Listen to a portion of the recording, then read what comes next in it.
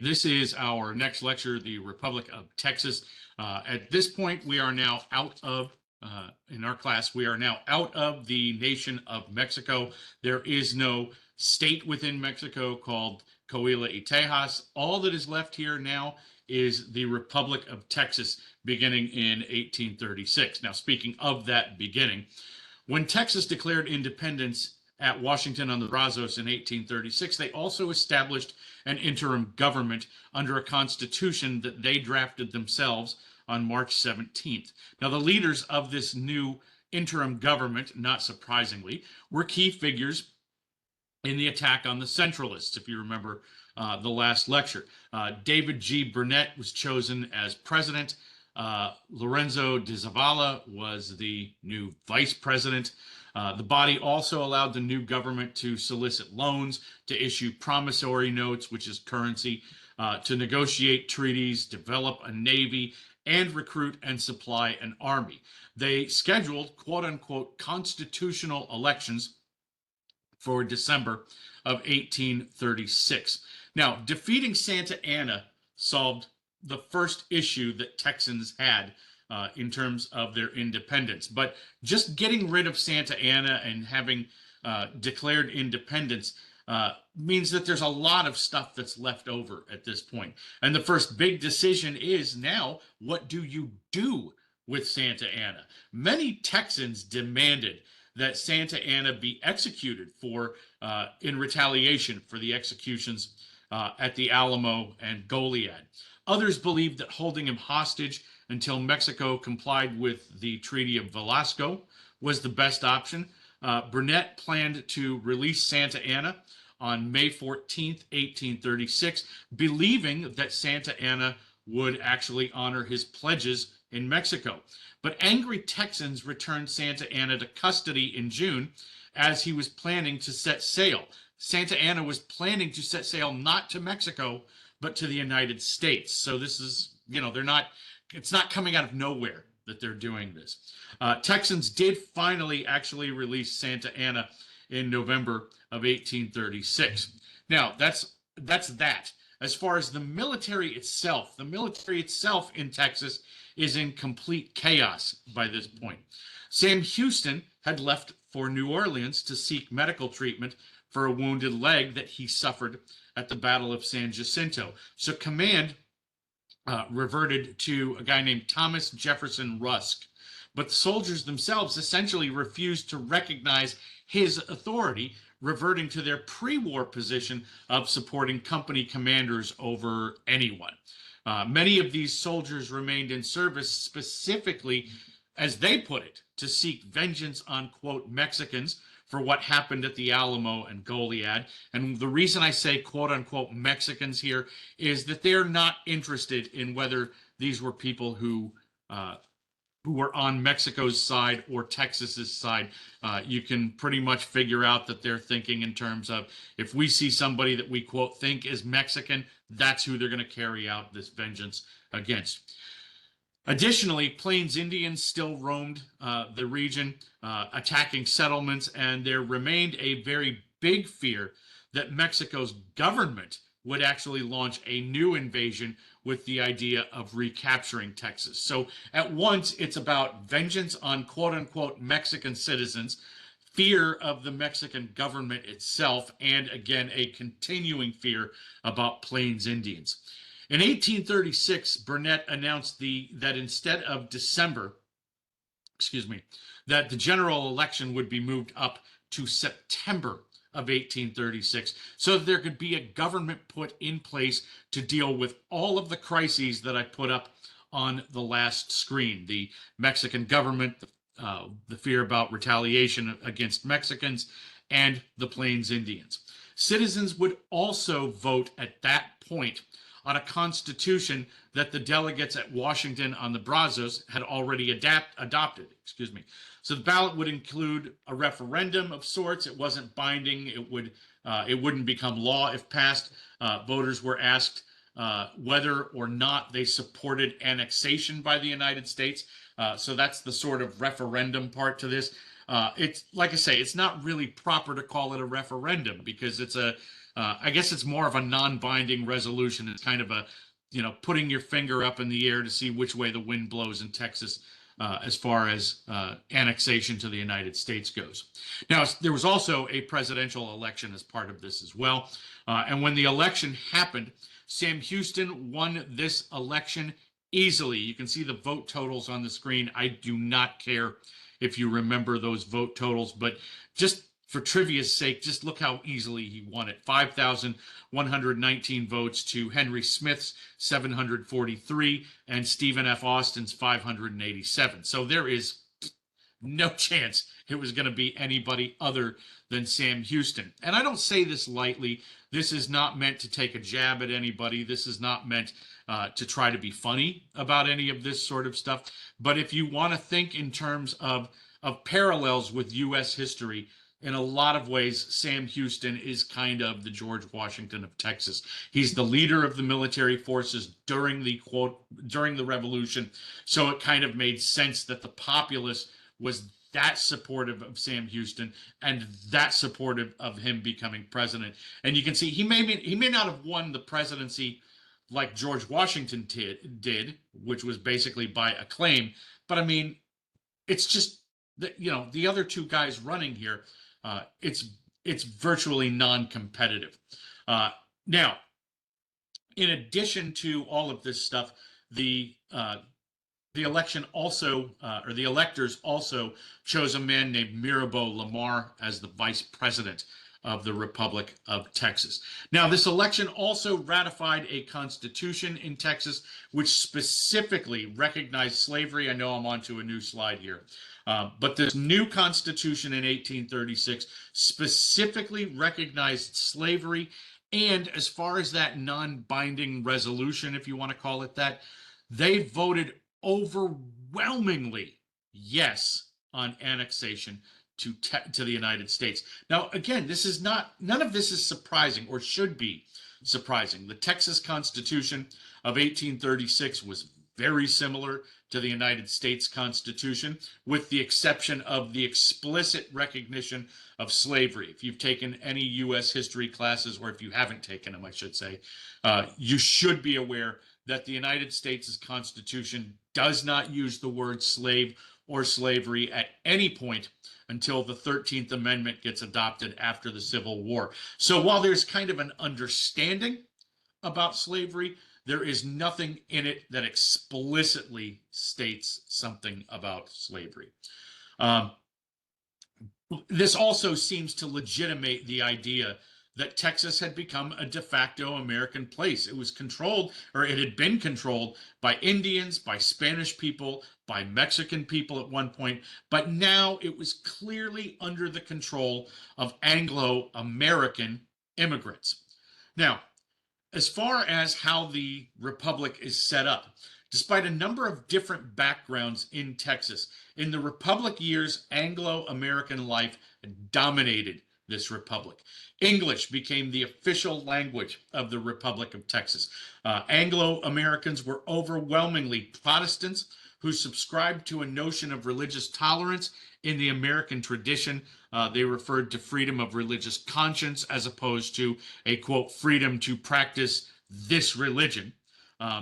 They also harbored a real distrust of Catholicism. So while they may have said freedom of conscience, they also said freedom of conscience, except that one. Okay, you can't do that. Ideas such as the right of free enterprise, the ability to compete in the marketplace without government interference, was taken whole from the United States. These Anglos also saw Texas as a place that was, quote unquote, redeemed by them. It was taken from Mexico and from Indians, and thus the frontier, as they put it, had been redeemed and had endless possibilities. And that's what I mean by redemption on the screen here. From a political standpoint, Texans believed in a Republican system of government. Now, when I say a Republican system of government, and we refer to Republicanism, that's with a small r. Okay, it's not in reference to any party. And in fact, in 1836, as this is happening, the Republican Party does not exist yet. So we're talking about small r republicanism. Okay, the idea that we are governed by a representative government, that people who live in the republic have a duty and an obligation to the republic. That's what we're talking about here. And again, it shouldn't be surprising that these ideas of republicanism filter into the Republic of Texas, given the connection that so many people in Texas actually had to the United States. Unlike the aristocratic forms of government that existed in Texas, in Europe, excuse me, republicanism gives sovereignty to the masses. Okay. In a republican model, a constitution stipulates the duties of the government. It divided the government into three distinct branches, each of which regulate one another through a system of checks and balances. If this sounds familiar to you, again, this is taken pretty much whole from the United States and just dropped right down into Texas. Regularly scheduled elections of public officials guaranteed the will of the people, which is again considered to be the single most important element of a Republican construction of a nation. Now, despite what I've noted in class before, there was some political experience in Texas government. Okay, even if it didn't apply to the totality. Sam Houston, for example, was a veteran politician. No other way to describe him. He had been a congressman from Tennessee. He had been a governor of the state of Tennessee from 1827 to 1829. Vice President Mirabeau Lamar had served in the Georgia legislature before coming to Texas. And Stephen F. Austin had been a member of Missouri's territorial legislature. So there was some experience among the Texas leadership, but very little. There's very little political leadership. These three amount to the expertise, if you want to call it that. And I'm not saying that as taking a shot at these people. It's just a matter of the leaders just don't have a ton of political experience. Sam Houston's first administration was a mix of political allies and opponents. This is what, in a lot of cases, in politics, we refer to as a big tent organization, where you bring all sorts of different people with different ideas, different philosophies, different ideologies. You bring all of them into this, and you have an executive that makes the decision, but hears all of these voices. This was very much by design, as Sam Houston thought that it would demonstrate a unity, something that Houston personally thought was absolutely necessary to the survival of Texas. We may have these different ideas and different opinions, he thought, but there absolutely has to be some unity. We have to integrate that those pre-war factions like the Peace Party and the War Party. They have to be brought into the government essentially on equal terms so that we can achieve harmony at the Republic level. Secondly, Sam Houston is also being pragmatic in doing that. If his enemies are in the Capitol as part of his cabinet, they're easier to keep an eye on. There was another famous Texan who had a comment about this type of governing structure and this way of governing. His name was Lyndon Baines Johnson, and he said he'd rather have them in the tent pissing out as opposed to outside the tent pissing in. And that's how Sam Houston saw this stuff too. So it's pragmatism and unity, and bring those Peace Party and War Party people together. It would have been nice if I brought this up as I was talking here. But I just talked about it all, so you should have this. Now, as far as how Houston approached everything as the new president of the Republic of Texas, Houston keenly understood the importance of seeking diplomatic recognition as quickly as possible. That's part of this idea of pragmatism. You do things in a very specific way. You make sure that you're doing things cautiously. You do things that are for the betterment of the Republic, as opposed to doing what's best for Sam Houston, for example. So politics of caution and pragmatism are guiding him. And one of the big things he sees is diplomatic recognition as quickly as possible. Since, as Mexico saw it, Texas is little more than a rebellious breakaway province from a legitimate nation. So if we don't get recognition from other big powers in the world, Texas could not survive. They could not secure credit to seek financial aid. They couldn't sell land. They couldn't negotiate. They really couldn't even legislate without this sort of credibility that international recognition, diplomatic recognition, would bring. Now, since the days of the consultation of 1835, efforts were already underway to get the United States to recognize the Republic of Texas. They were already underway, and when Texas won its independence and the plebiscite mandated annexation, Texans believed two necessary first steps had been made, and recognition by the President of the United States at the time, Andrew Jackson, was the obvious next step. The United States could annex an independent country, but they could not simply annex a breakaway republic that was still, quote, technically part of Mexico.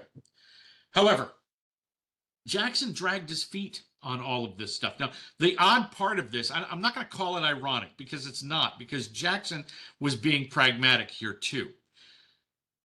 Jackson and Sam Houston were political allies for most of this period. I shouldn't say for most of this period. For most of their adult lives, they were political allies. So it's not like Sam Houston had done something that upset Andrew Jackson, or Andrew Jackson was having cold feet about this sort of stuff. But he did kind of drag his feet. The United States ultimately did recognize Texas, but not really until the last days of Jackson's presidency in the spring of 1837. He had already decided he was going to retire. He wasn't going to run for office for a third term. So he's what we refer to as a lame duck president in spring of 1837. In the fall of 1836, Jackson feared that Northern abolitionists would stall the annexation or the recognition of Texas because they saw recognition of Texas as part of a Southern conspiracy to add new slave states. So as a result, Jackson rebuffed all of Texas's overtures until finally, literally on Jackson's last day in office, Jackson appointed a charge d'affaires to the Republic of Texas, essentially the equivalent of an ambassador. The United States was still the first nation to actually recognize the independence of Texas, but this is also kind of telling about where Texas was with the rest of the world. There's not going to be another nation that recognizes Texas's independence until 1839. So it's going to be a long time coming. Now, internal problems are going to plague the new Republic of Texas as well, and virtually all of them are money related. Texas lacked the resources to pay bureaucrats or elected officials. This is something that is common when you have new nations just sprouting up like this. The United States went through exactly the same problem. There was no way to pay for their army or service any part of their national debt. They had a $1.25 million national debt, which doesn't sound that big in today's world. And even if we adjust it for inflation, it's not that big of a debt in terms of a national debt. But it was roughly about 36 million, the equivalent of roughly about 36 million today. So a bigger debt than Texas wanted. This debt had been accruing since the beginning of the Republic of Texas. The Texas Congress passed acts to tax imports, to tax property, to tax livestock, but this was useless since most Texans were what we call cash poor, meaning they might have had property, they might have had a lot of livestock or something like that, but they did not have cash on hand. So they wound up having a real problem with being able to pay these taxes. And as far as borrowing money for the government, as far as expanding that national debt to keep the nation afloat, this also ended in failure. So it's just not playing out very well. It's not playing out easily for the new quote unquote Republic of Texas. Sam Houston pursued a policy that was equal parts gamble and equal parts austerity, meaning belt tightening. In June of 1837, in desperation, the government of Texas began printing paper money in the form of promissory notes. Now, if that sounds complicated, it's not. The money we have today is promissory notes. That's really all it basically is. It's a piece of paper. If I had a dollar bill here, this would be a good prop.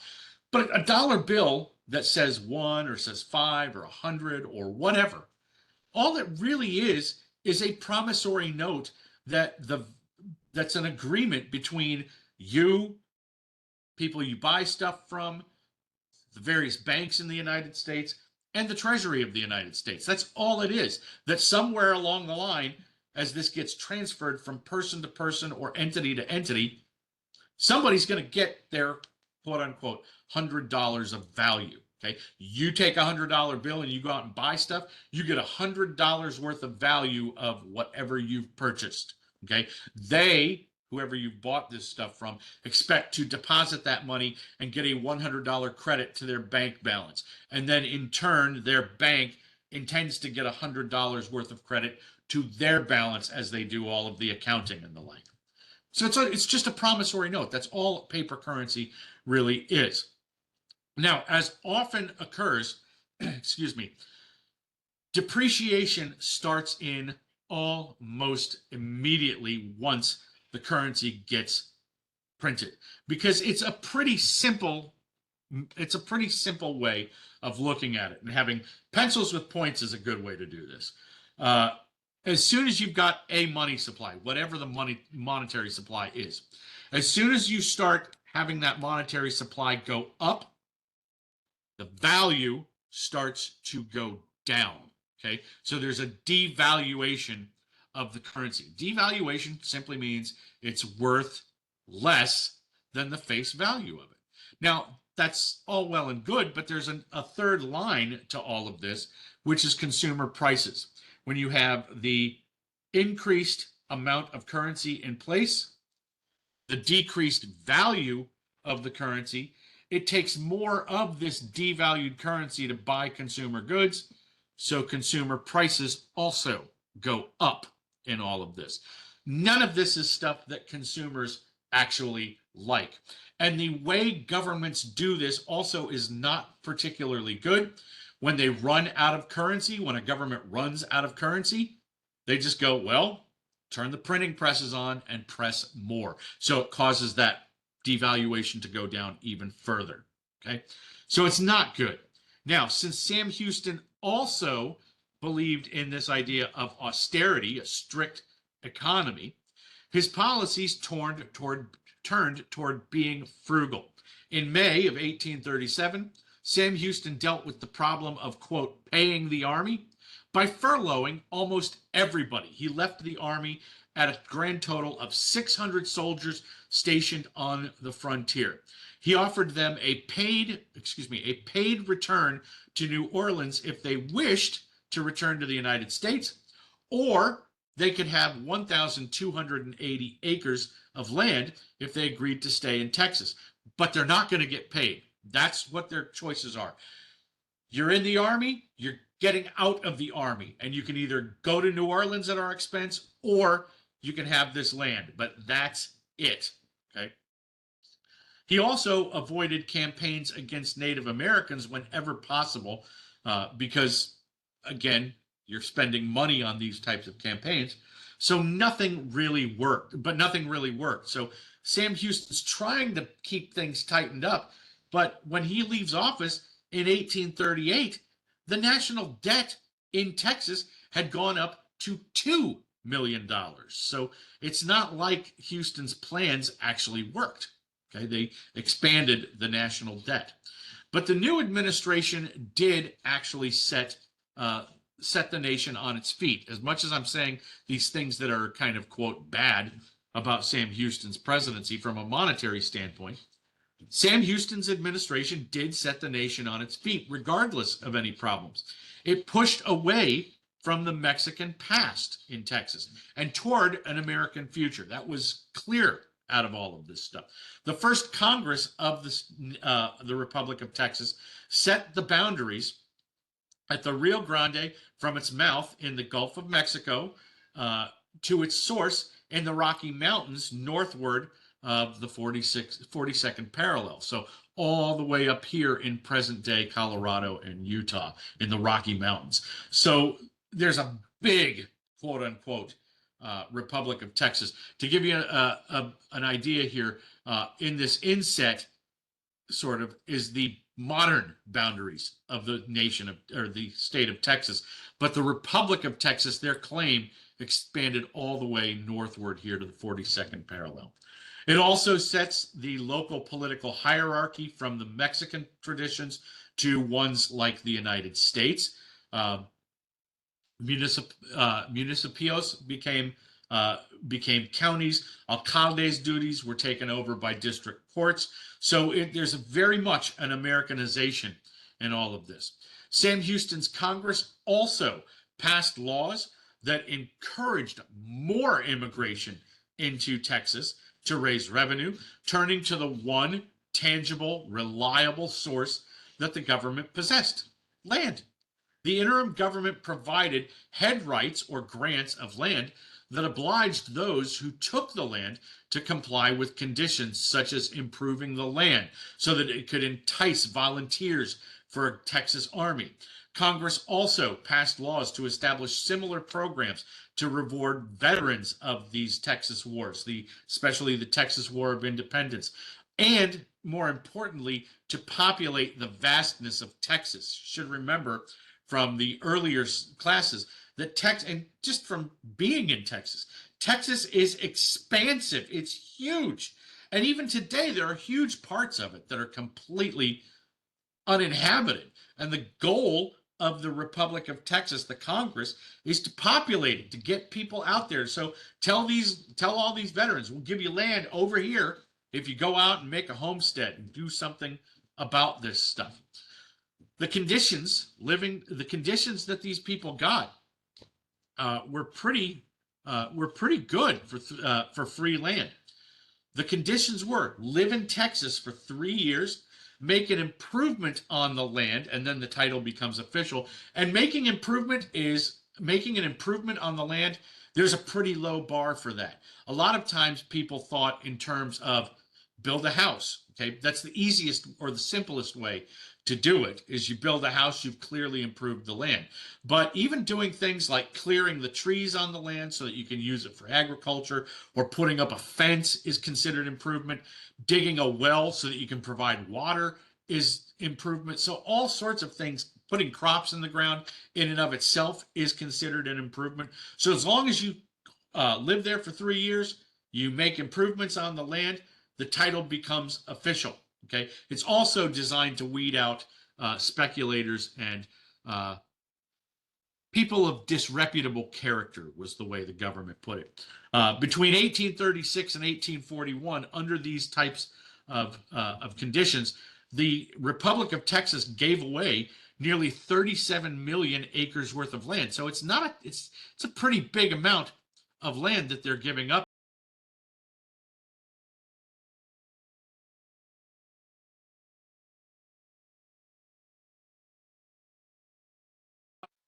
Defense is yet another issue. Congress appropriated money for a small navy to defend the Republic of Texas, and for local militias to replace the disbanded, quote, volunteer army. In May of 1837, Congress created a law enforcement body to protect the frontier, and that body would later take the name the Texas Rangers, so it grows out of all of this stuff.